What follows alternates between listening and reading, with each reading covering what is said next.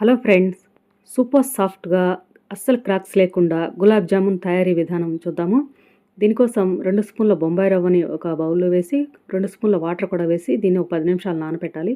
ఒక బౌల్లో 1 cup milk powder, 1 tablespoon maida పిండి, 1 స్పూను బేకింగ్ పౌడరు, నానబెట్టుకున్న బొంబాయి రవ్వ, 1 స్పూన్ నెయ్యి, 2 టేబుల్ స్పూన్ల పాలు గోరువెచ్చగా ఉన్న వేసుకొని ఇదంతా మిక్స్ చేసుకోవాలి. 1 టేబుల్ స్పూన్ వాటర్ కూడా వేసుకొని ఇది స్టిక్కీగా ఉంటుంది. ఇలా కలుపుకొని 10 నిమిషాలు నానబెట్టుకోవాలి. ఆ తర్వాత బాల్స్ లాగా తయారు చేసుకోవాలి. ఎక్కడ క్రాక్స్ లేకుండా రౌండ్‌గా ఇలా బాల్స్ లాగా తయారు చేసుకొని స్టవ్ వెలిగించుకొని ప్యాన్ పెట్టుకొని ఆయిల్ వేసి ఆయిల్ గోరువెచ్చగా అయ్యాక మనం తయారు చేసిన బాల్స్‌ని ఇలా మంచి బ్రౌన్ కలర్ వచ్చే వరకు వేయించాలి.